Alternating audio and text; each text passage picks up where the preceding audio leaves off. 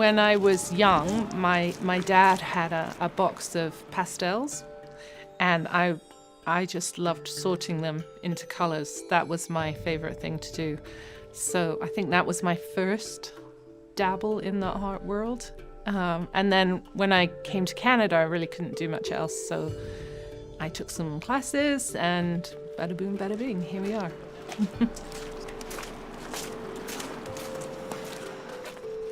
My name is Karen Bishop, and I'm a professional artist. I came to Edmonton in, I think it was 95, 96-ish, something like that. Yeah, I lose track. It's such a long time ago now. It feels like yesterday, but not really. When I first came here, I wasn't working in the arts. So I actually worked in City Centre Mall in retail locations. And then I had a family, so I stayed home, raised my kids for a while, and then I went back to university actually when I was like mid-30s, and I did a certificate class at the Extension Centre, and then I started a fine arts degree at the U of A, which I never finished. I'm a dropout. Sorry. Don't follow my advice, kids.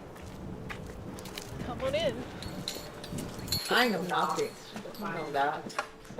It's my favorite store. Let me show you It's fine. all my favorite things. Okay. My favorite things. So many beautiful colors, so little time. It's hard to come in here. I feel like a kid in a candy store. So I don't have any family here except for my children. And I think I was just looking for something that could be mine and just mine and wouldn't be anything to do with my husband at the time. It would just be my little outlet, right? And so it sort of started as a hobby and a way for me to have some time to myself and meet some new friends and that kind of thing, and it just developed from there. So I guess that was my initial inspiration, was just this desire to find a way to express myself. Yeah, which I guess is a good thing. Here, come back here. Let's go look at so much stuff in here.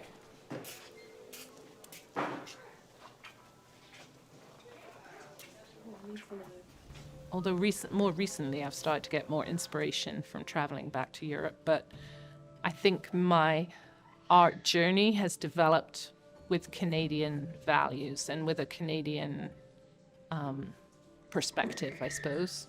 But given where we live, so close to the mountains, and given that I'm a landscape painter and I like to paint outdoors, then yeah. It's like canvas for days.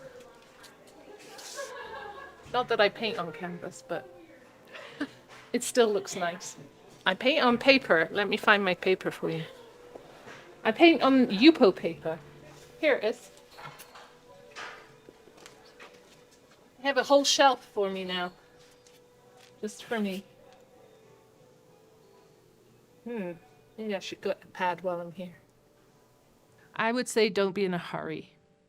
You know, I started 25 years ago, say, and I'm maybe now starting to be a bit more established. I find a lot of people start and 6 months later they sell a painting and then they feel like it should just be easy peasy, but it's not. It's a constant struggle, and you have to be willing to put in the time and the effort. And I think you also have to appreciate that it's a journey. It's not like you're never going to master it, and everything you do is just a step along that journey. So I think just don't be in a hurry, and don't think you have all the answers, because you don't. I don't. Thank you. Are you welcome? Okay, mural. See you. Have a good day. I think the art community is pretty great here, actually. I haven't worked in many art communities, but from my limited experience, I like Edmonton a lot. I feel like all the artists too tend to look out for one another and share opportunities as well as inspiration with each other.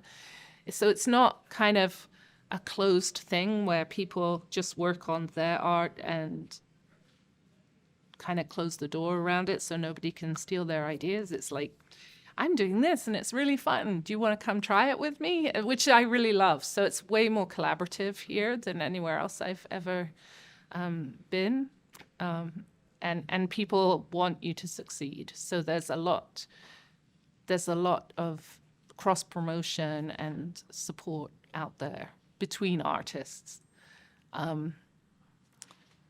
Whether that necessarily filters through into the general public, I think to a certain extent, yes, absolutely. I think we all recognize that a life without art would be pretty sad. But, you know, there's still those old perceptions that art is for the elite and so we shouldn't be spending public money on it, blah, blah, blah, blah, blah, which I hope that's getting less and less, but I think to some extent that will always be there.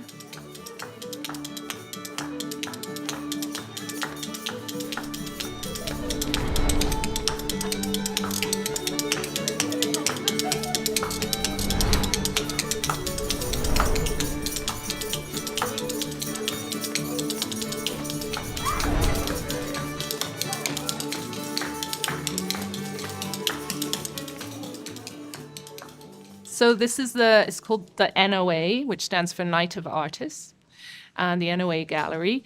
And it was created by Phil Elaine, who's been in the art community in Edmonton for, I don't know, 20-something years, a long time, maybe 30 years.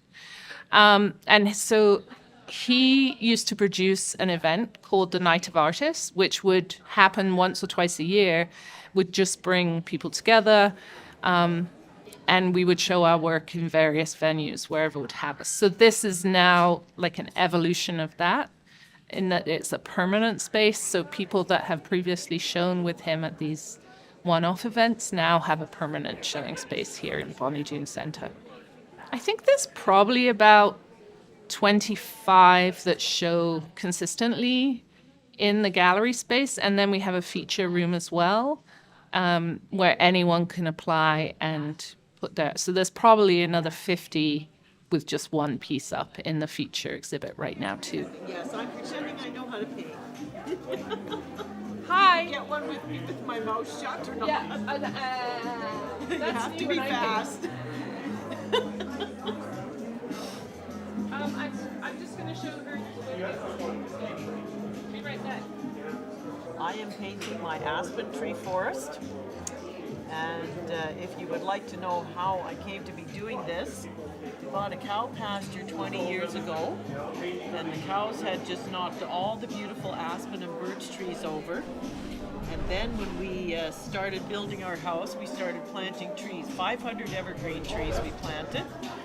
And then after that, wouldn't you know it, all the aspen trees came back, and it's absolutely like a forest now at our place. It's fabulous. So how can I not paint these guys, right? In my own backyard, my 20-acre backyard out in the country, yeah. So I love it. I'm here at this art walk. I found out about it on Instagram, and I just thought I would try this one. I go to the White Ave Art Walk every year, been going for 7 years. Thought I'd try this one, and it's really nice. I like it. Yeah, so I'm just sitting here painting away and enjoying myself, chatting with all kinds of interesting people like you guys. It's wonderful being an artist in Edmonton. I have so many people who say so many nice things about my work, and I've got really nice clients. And yeah, it's great. It's great. I love it. Retired 11 years ago, got into this and never looked back.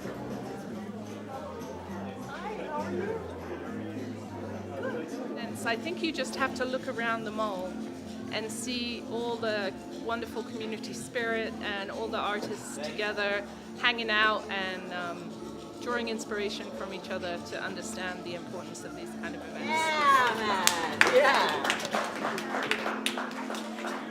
Oh, good job, band. Right? It's a lot more fun when we're doing it together. So this is the auction for Amy's house. Amy Allan was Phil Allan's wife, and Phil is the organizer of the Night of Artists. So this is raising money for Amy's house. She sadly passed away from cancer. Amy's house is a place where people out of town, people can go and stay while they're in town getting treatment for cancer. And I always found that there's so many people here and they come and talk to you and ask you questions about your art and everything like that. It's really a good community, and I used to a long time ago live in the Bonnie Doon area, so I kind of have an affinity for the Bonnie Doon Mall. I find that recently, like with Yegarts and everything else, it's really kind of become a community unto itself with all of the art fairs and the art walks and the art gallery itself. It's really kind of blossomed and allowed a lot of us artists to really kind of show our work and to see other people's work. I happen to be a musician. I have another friend that's a musician, and I spent hours making music notes at my art center and at home. And I thought it'd be cool to have something that's a little bit different from all the other artists at this art walk. And I think I'm a cool artist by making all this art. And if you come down to the diner, that's where I have some of my art. And I just love making art because I'm the only artist in my whole family. None of my family can't do the art that I do. And my mom thinks it's wonderful that I could do art. And my dad says the same thing. He said one of these years he wants me to become a billionaire selling art.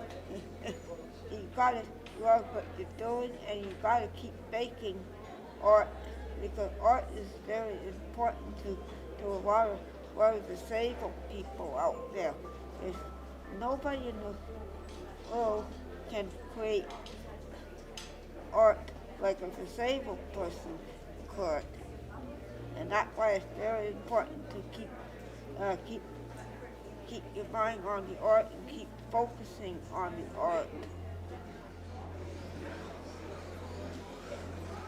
Oh, you know what? I've been doing art shows with the Night of Artists for probably a decade now. For a while, yeah. Good group of artists, good eclectic mix of stuff, and it's just a fun weekend to get out, show some art, and hang out with everybody. Oh, this crazy stuff here. I don't know. I go a little illustrative so I can tell some stories, kind of make up some scenes, and get a little crazy, get a little nutty sometimes.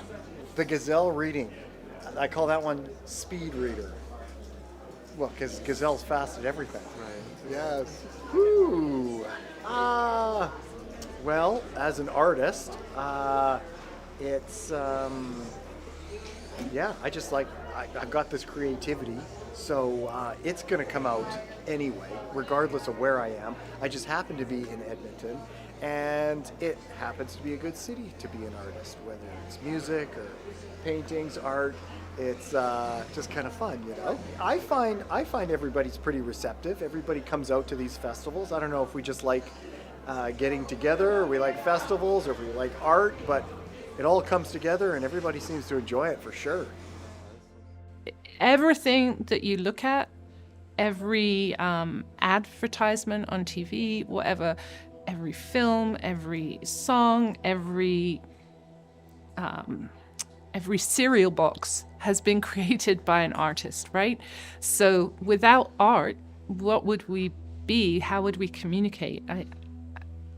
I think that that's so important for people. And when people think art, they just think painting, but it's such a bigger thing than that. Of course, I just do painting, and I do it to beautify people's houses, but I also do it because I want to make connection with people.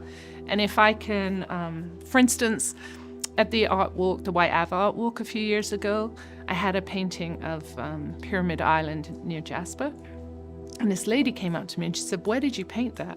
And I said, "Oh, that's Pyramid Island, Jasper." And she said, "Yeah, but where? Where were you on the island?" And I said, "Well, I was sitting on this bench, and that's my son's bench."